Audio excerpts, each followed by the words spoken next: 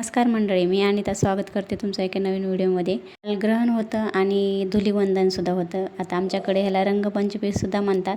दुसरे सगळे लहान मुलं रंगपंचमी खेळत होते बाहेर, पण ग्रहण असल्यामुळं मी काही स्त्रीला बाहेर जाऊ दिलं नाही. दिवसभर तो रूममध्येच खेळत होता आणि मी सुद्धा त्याच्यासोबत खेळत होते. त्यानंतर इथे मी 5 वाजले असतील आणि त्यावेळेस मी 108 शेंगदाणे घेऊन बसले त्याच्यापाशी. मी त्याच्याकडनं जप करून घेतला आणि मी जसं म्हणीन तसं तो म्हणत होता.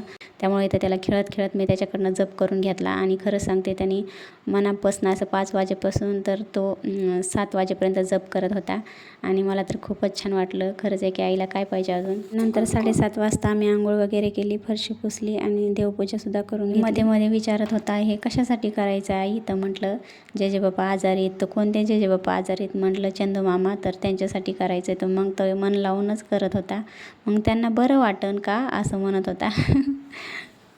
नंतर इथं मी स्वयंपाकाला लागले. अगोदर मस्त असा चहा केला होता आणि चहा पिलं, थोडा वेळ बसले. स्वयंपाकामध्ये बनवायच्या होत्या मला पुऱ्या आणि मुगाचं मेदगं.